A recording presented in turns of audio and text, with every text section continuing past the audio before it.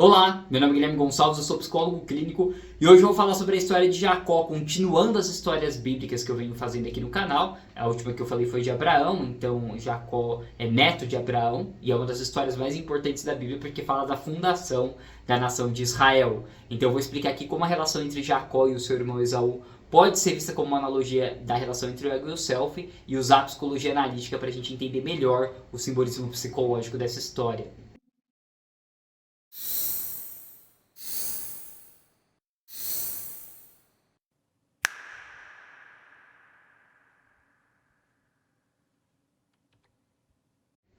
Então, antes da gente começar, como eu falei, isso aqui é uma história que está continuando uma série que já está bem longa que eu estou fazendo e eu pretendo continuar explorando esse assunto por muito mais tempo. Então, se você se interessa por psicologia analítica, por esse tipo de interpretação, já deixa o like, já se inscreve aqui no canal que eu vou continuar postando esse tipo de vídeo e já tem bastante material aqui sobre o assunto.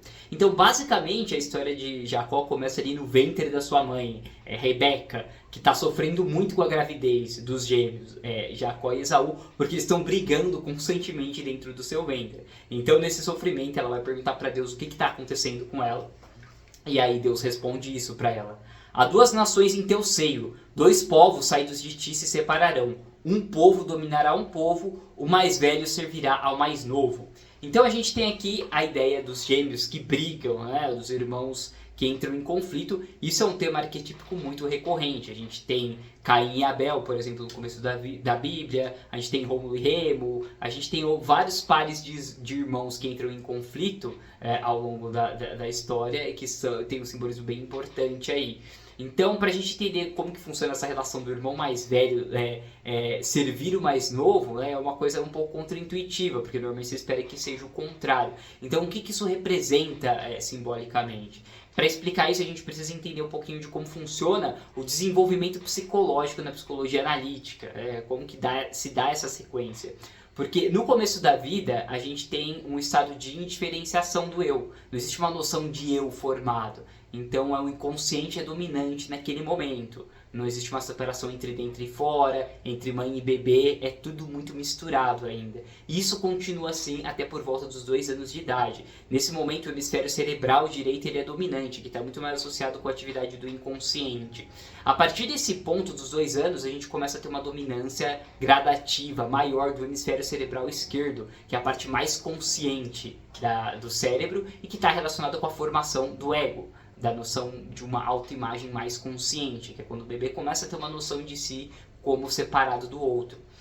Então, a gente começa a formar o ego, que é uma consciência mais voltada para fora, para adaptação ao mundo externo, para coisas um pouco mais concretas, é mais impulsivo, imediatista, enxerga aquilo que ele quer no presente e tende a ser muito impulsivo para tirar os obstáculos do caminho dele para conseguir aquilo que ele quer. Então as crianças elas costumam ter esse tipo de característica, né? E o ego ele continua sendo dominante na vida psíquica até a idade adulta, né? A adolescência é um período que se fortalece bastante também.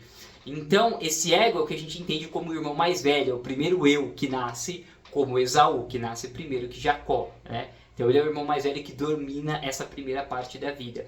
Só que a partir de um determinado ponto, quando a pessoa já completou parte dessa adaptação para a vida externa, que ela já criou raízes no mundo, já criou uma identidade de quem ela é, às vezes já tem uma identidade profissional, já constituiu família, ela foi constituindo esses objetivos mais concretos que o Jung fala que são muito fortes na primeira metade da vida, ela ainda sente que falta algo. E aí, quando ela começa a entrar ali na idade adulta e vai passando mais para metade da vida, outras necessidades começam a surgir. E aí que o mundo interior começa a chamar atenção, porque a pessoa, por mais que ela atinja tudo isso, normalmente tem aquela sensação que falta algo, e ela começa a se voltar para o interior. Às vezes querer ficar mais sozinha, encontrar um sentido mais profundo para a vida, e de repente aquelas coisas espirituais que para o adolescente não fazia sentido nenhum, era um monte de besteira, começa a se tornar interessante para a pessoa, né? Então é aí que vai começar a surgir uma outra orientação de eu. Então tem aquele primeiro eu que é voltado para o mundo consciente só, muito centrado no ego, e aí surge um outro eu que vai se conectar com o que o Jung chama de self, que aí já entra a dimensão inconsciente na vida da pessoa, a dimensão interior vai ficando mais forte. Então o ego vai perdendo esse lugar de centro da psique e o self, que é esse eu mais profundo, que envolve essas necessidades interiores mais complexas, começa a dominar. Em alguns casos a pessoa para no ego adolescente e fica desse jeito pro resto da vida, mas é o esperado que no desenvolvimento psicológico normal essas dimensões mais interiores da psique comecem a fazer parte da existência da pessoa. Caso contrário, ela começa a ter problemas na segunda metade da vida. Então é aí que surge o simbolismo de Jacó. Ele é o irmão mais novo porque ele nasce depois, mas não é que o self só surgiu na segunda metade da vida, ele já existia antes, só que ele estava inconsciente. Ele não fica explícito igual o ego. Então primeiro o ego nasce, a pessoa toma consciência dele mais cedo.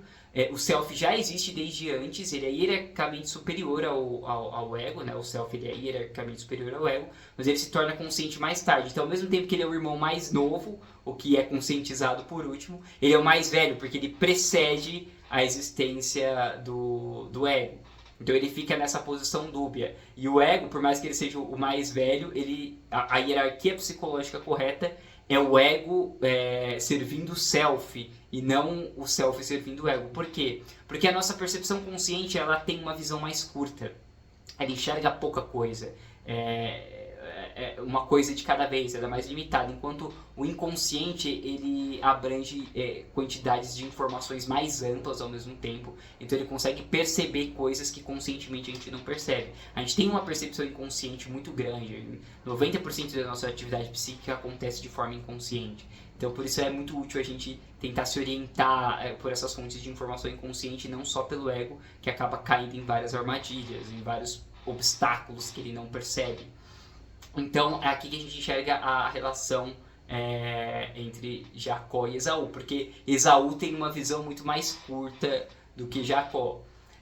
Então a gente começa ali com um primeiro ponto, que ele é o favorito do pai, enquanto Jacó é o favorito da mãe. O pai está mais relacionado, como eu disse, no vídeo do arquétipo paterno, que é com essa questão da adaptação social, com a conquista do mundo exterior, com a exploração do mundo exterior e para os objetivos práticos da vida. Então ele acaba sendo o favorito do pai. O ego ele é mais útil para se adaptar ao mundo social mais amplo nessa primeira parte da vida, enquanto Jacó ele está associado com o inconsciente, né? Então que é representado muito pela figura materna no caso dos homens. Então basicamente esse self está mais próximo do inconsciente do que o ego. E então Esaú também está associado com características mais animais, que traz um pouco dessa impulsividade do ego, porque Esaú é extremamente peludo, coberto de pelos ruivos, né? Essa cor ruiva também traz um pouco dessa impulsividade. Ele é um caçador, então traz essa coisa mais animalesca também, mais agressiva. E ele tem uma visão um pouco mais curta, né? Ele é um pouco mais impulsivo, como a gente pode ver na história logo no começo, porque ele volta de uma caça com muita fome. E Jacó está cozinhando um alimento vermelho, que eles não especificam muito bem o que é. E aí Esaú fala, me dá esse alimento, senão eu vou morrer de fome. E Jacó diz, eu te dou esse alimento se você me der o seu direito à primogenitura. E ele troca a primogenitura dele por um prato de comida. Então ele não enxerga o valor dessa coisa mais abstrata, a primogenitura que nem importa naquele momento, porque o pai dele ainda está vivo. E ele pega aquilo que é importante para ele sobreviver no momento e ignora o valor das coisas mais abstratas, né? Então você vê que ele tem essa visão mais concreta da vida em comparação com Jacó. Mas ele vai se arrepender disso quando o pai dele estiver morrendo, né? Então na próxima parte da história, Isaac já está velho, está próximo da morte, então ele tem que abençoar os filhos. E obviamente, como Esaú é o favorito dele, ele quer abençoar Esaú e pede para ele ir caçar algo, fazer de comida para o pai, e ele vai abençoá-lo, né? E aí Jacó escuta isso, se cobre ali, orientado pela mãe, ele se cobre de pelos no braço, leva uma comida para o pai acha que está falando com Esaú e abençoa ele, então ele recebe de fato esse direito de primogenitura. Esaú fica muito bravo, mas ele não se lembra que ele vendeu isso pro irmão dele. Mas enfim, a gente tem que entender o simbolismo aqui da morte do pai. Quando a gente fala da morte do pai, quer dizer que essa fase da vida muito voltada para os objetivos sociais está atingindo um limite. Essa primeira metade da vida parece que foi concluída, e nesse momento a gente vai precisar de uma visão mais ampla, incluindo aí o inconsciente, que a gente entende como arquétipo materno mais relacionado com isso. Então essa morte do pai faz com que a dinâmica psíquica mude, aquilo que era o mais importante vai ser relativizado naquele momento, então por isso que Esaú perde a primogenitura nessa hora, da mesma forma que a partir da metade da vida o ego perde o protagonismo e começa a ceder lugar para o self, hierarquicamente superior a ele. Mas ele fica muito irritado, ele quer matar o irmão dele, né? Então o irmão dele tem que se esconder na casa do tio até a poeira baixar um pouco, né? A mãe dele orienta ele a fazer isso. Então, como eu já expliquei em várias outras histórias aqui, é muito comum que quando essas orientações do self começam a surgir, por exemplo, para você de repente dar atenção para a sua vida espiritual, ou fazer práticas mais interiores, investir no seu autoconhecimento, qualquer coisa nesse sentido, que são coisas mais abstratas, que não tem um valor tão prático, é muito comum que o ego comece a resistir a isso. Porque ele ainda quer ser o centro da psique, ele ainda quer ser o mais importante. Então, ele vai tentar reprimir o self, como se fosse matá-lo, né? Então, Jacó representa esse eu em relação com o self, que é a nova orientação que tem que fugir, né? Porque ele está sendo reprimido naquele momento e ele vai se desenvolver ali interiormente, no inconsciente. A mesma coisa quando Herodes tenta matar todas as crianças para impedir que Cristo nasça. É uma ideia similar. Então ele vai e fica na casa desse tio e logo quando ele está indo para lá, ele dorme no caminho e tem um sonho com a escada de Jacó, a famosa escada de Jacó, onde ele vê os anjos de Deus subindo e descendo por essa escada. E ele fala, nossa, aqui é a casa de Deus. Deus fala com ele naquele momento também, faz as mesmas promessas que ele fez para Abraão, que ele vai ser o pai de muitas nações. E aí ele coloca uma pedra ali para marcar aquele lugar como Betel, como a casa de Deus, que é aquele lugar que é a porta do céu.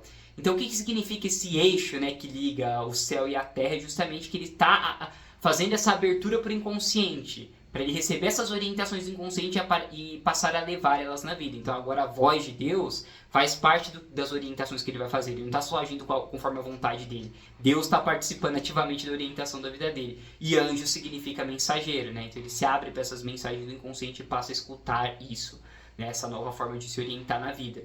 Então ele chega na casa do tio, fica isolado, né? Esse tema do isolamento ele é bem recorrente também, porque normalmente quando você precisa passar por essa mudança de centro da personalidade, é comum que você fique mais isolado. Vários pacientes ficam com medo nesse momento de, eu não vou mais sair, não vou mais falar com ninguém. E realmente tem um período de isolamento um pouco maior que é necessário para você ter um autoconhecimento, mas não é algo que dure eternamente. E ele fica lá e ele se casa com 2 mulheres. Esse ponto aqui é muito importante, que ele também se casa com uma filha mais velha e com uma filha mais nova. Então, o que isso representa? Da mesma forma que a gente estava falando do simbolismo do irmão mais velho e do irmão mais novo, que representa o ego e o self, a filha mais nova e a filha mais velha também representam essas duas coisas, que são os potenciais de crescimento, tanto da vida exterior como da vida interior. Porque muitas pessoas acham que ter contato com o self e ouvir a voz do inconsciente é você ir vender arte na praia ou fazer só coisas abstratas. E pelo contrário, muitas vezes o inconsciente, você ter essa relação com o inconsciente, ele melhora a sua adaptação na vida, ajuda você a avançar na sua profissão, você entender direções que você não estava enxergando, coisas que você precisava mudar, nos seus relacionamentos, você começar a trabalhar em talentos seus que você não tinha percebido até ali. Então o contato com o inconsciente ele enraiza mais a pessoa na realidade, ele não arranca ela da realidade como as pessoas sentem. Na verdade, inclusive as pessoas que são muito aéreas, quando elas começam a entrar em contato com o inconsciente, ele faz o contrário, ele direciona a pessoa para lidar justamente com aquilo que estava fora do campo de visão dela, que estava inconsciente, muitas vezes manda para uma vida mais prática, né? Então, ele recebe o filho das 2 esposas, tanto da mais velha, que representa essa vida mais concreta, né, mais secular, como da mais nova, que representa essa vida interior mais ampla, que vai envolver um sentido mais profundo para a vida, mas que é a mais importante, que vai ajudar na adaptação dele no geral. O Jung falava disso muito, né, que por mais que a carreira, a geração de filhos e todos os objetivos práticos sejam importantes, o mais importante é que a sua vida tenha sentido. porque essa filha mais nova, né? Se a sua vida tiver sentido, você faz muito melhor todas essas outras coisas. Agora, se ela não tiver sentido, você pode até fazer essas outras coisas, mas vai parecer uma tortura infernal e uma hora você não vai aguentar mais fazer aquilo só na força do ego. Você precisa se sentir conectado com algo maior para continuar fazendo aquilo que você está fazendo, para ver o sentido das suas ações. Então, ela é a mais importante, por isso que nos dois casos aí, a irmã mais nova também é aquela que Jacó mais ama. Então chega o momento dele ir embora, ele se enriquece, ele se desenvolve na casa do tio, e aí ele está voltando, então ele vai encontrar de novo com o irmão, ele está morrendo de medo desse irmão matar ele. E nesse ponto, então ele manda as mulheres ir na frente e ele fica sozinho. E ali ele luta com Deus, na forma de um anjo ali, ou de um homem que luta com ele, ele fica ali naquele confronto, machuca a coxa dele, mas fica segurando ali, fala que não vai soltar Deus até ele abençoá-lo, né? E aí Deus abençoa ele e muda o nome dele para Israel, que é aquele que luta com Deus, ou que lutou com Deus e sobreviveu, algo nesse sentido, né? Então, o que essa luta com Deus significa, em primeiro lugar, né? A primeira coisa é que o contato com o inconsciente, ele tem um potencial para expandir nossa psique de fato, mas ele exige muito do ego, ele exige sacrifícios, ele exige um esforço muito grande para você compreender tudo aquilo e colocar em prática. E se a pessoa não tiver um ego forte o suficiente, se ela não tiver energia suficiente para lidar com aquilo, para suportar essa luta, a psique dela pode se fragmentar. Né? Então ela precisa estar preparada para fazer isso, porque senão ela pode ter um surto ou não aguentar ter um contato muito forte com o inconsciente. Normalmente a gente comete erros, excessos, por isso que a gente sai um pouco machucado. Dificilmente alguém não comete um erro quando está lidando com o inconsciente, até aprender a lidar com essa situação, com esses direcionamentos do self, faz parte. Então por isso que Jacó sai mancando, a gente não sai ileso desse conflito, mas é pro melhor, porque ele descobre o nome verdadeiro dele, Israel. Então, como eu falei, ele descobre a verdadeira identidade dele nesse conflito. E então porque ele teve um autoconhecimento mais profundo, mas isso é um processo doloroso, que exige esforço e não é isento de perigos. Por isso é importante ter um chamado do inconsciente para entrar em contato com aquilo, a gente ir de acordo com o que o sonho mostra e não tentar forçar o processo de individuação a acontecer a todo custo. Se não surgir nada de arquetípico, por exemplo, no sonho de um paciente, se nada do inconsciente dele aponta para essas coisas, não tem por que a gente forçar. Aí alguns psicólogos ficam ansiosos com isso, de não, tem que forçar, se não tiver isso na terapia, não. Você tem que prestar atenção conforme o inconsciente for mostrando coisas, você vai ajudando o paciente a entrar em contato com aquilo. Mas se o inconsciente não mostrar, a gente não força. A gente pode estimular com algumas técnicas projetivas, né, o desenho, alguma coisa assim, mas a gente sempre vai de acordo com o que o inconsciente apresenta. Esse é um problema, por exemplo, dos psicodélicos, né, as pessoas que tomam ayahuasca ou cogumelo, tem um contato muito forte com o inconsciente e às vezes o ego não aguenta e surta. Porque não foi um contato natural, foi uma coisa que foi aberta e a pessoa tem que se virar com o que ela viu ali. Então, o Jung sempre recomendava esses meios mais naturais, principalmente os sonhos. Né? Ele era um pouco cético com os psicodélicos por causa disso. Então, basicamente, ele tem essa luta com Deus, ele vence, é por isso que ele consegue voltar ali pra casa. E aí, quando ele encontra o irmão já perdoou ele, já tá tudo bem, e eles se abraçam e a gente entende que existe uma reconciliação aí entre o ego e essa representação de um outro eu, o novo eu, que é orientado pelo self também. Então, o irmão aceitou a posição dele de hierarquicamente inferior e aí as coisas ficaram harmoniosas entre eles. Isso aconteceu porque então ele foi vitorioso nesse conflito. Né? Quer dizer que ele conseguiu vencer, então ele estabeleceu uma relação adequada com o inconsciente e o ego então agora foi para o seu lugar adequado e não existe mais um conflito entre ambos, né? Porque caso contrário o irmão ainda tentaria matar ele de alguma forma. Então esse realinhamento entre o ego e o self é o objetivo da psicoterapia de uma forma mais ampla, então a gente forma esse eixo, mas é um equilíbrio delicado. Ao longo da vida, quando novas adaptações acontecem, isso se desequilibra de novo e tem que reequilibrar novamente. Então é um trabalho constante, né? Da mesma forma, se a gente pensar em termos neurocientíficos, depois desse período que o hemisfério esquerdo se torna dominante, depois dos 2 anos de idade, tem que ter um momento onde você reintegre a interação entre os dois hemisférios, o direito e o esquerdo, sendo que o direito também deve ser hierarquicamente superior ao esquerdo, da mesma forma que o self tem que ser hierarquicamente superior ao self, porque ele tem o self deve ser diretamente superior ao ego, porque ele tem capta informações de uma forma mais ampla. O trabalho do Ian McGilchrist sobre isso, tem um livro dele que se chama The Master and His Emissary, que é muito bom, que fala sobre esse tipo de assunto. Então basicamente é isso que eu queria falar aqui sobre a história de Jacó hoje. Se você curtiu, então se inscreve, comenta, compartilha com pessoas que possam se interessar por esse tipo de assunto, e em breve eu continuo aqui com os vídeos do canal. Um abraço!